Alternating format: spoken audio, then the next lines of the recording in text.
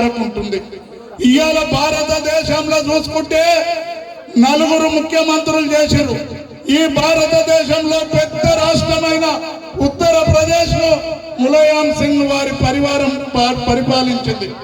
బీహార్ రాష్ట్రాన్ని లల్లూ ప్రసాద్ యాదవ్, కర్ణాటక రాష్ట్రాన్ని సిద్ధరామయ్య, మధ్యప్రదేశ్ ను శ్రీరామ్ యాదవ్, నలుగురు ముఖ్యమంత్రులు ఈ యదువంశీకులు ఈ భారతదేశంలో పరిపాలించారు.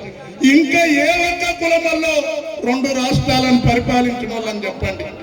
ఇవాళ సోదరులారా వేదిక మీద ఉండి మరి తెలుసో తెలియకనో మా సోదరులు అడిగిర్రు, మడుము బంగారం కన్నా కూడా మాసమెత్త అధికారం గొప్పది. ఇవాళ మాసమెత్త అధికారం రావడానికి కొట్లాడాల్సిన పని లేదు, యుద్ధం చేయాల్సిన పని లేదు. డాక్టర్ బాబాసాహెబ్ అంబేద్కర్ గారు భారతదేశంలో పుట్టిన ఒక సఫాయి కార్మికురాలైన, ఒక గొర్రెల కాసే మల్లయ్య అయిన భారతదేశాన్ని పరిపాలించే నరేంద్ర మోడీ కూడా ఒకే తీరు ఓటు హక్కిచ్చిండు.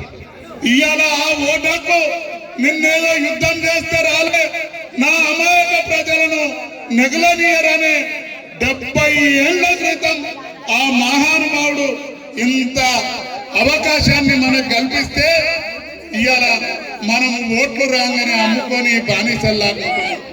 ఇవాళ ఈ రాష్ట్రంలో ఈ దేశంలో 140 కోట్ల మంది, ఇవాళ ఈ రాష్ట్రం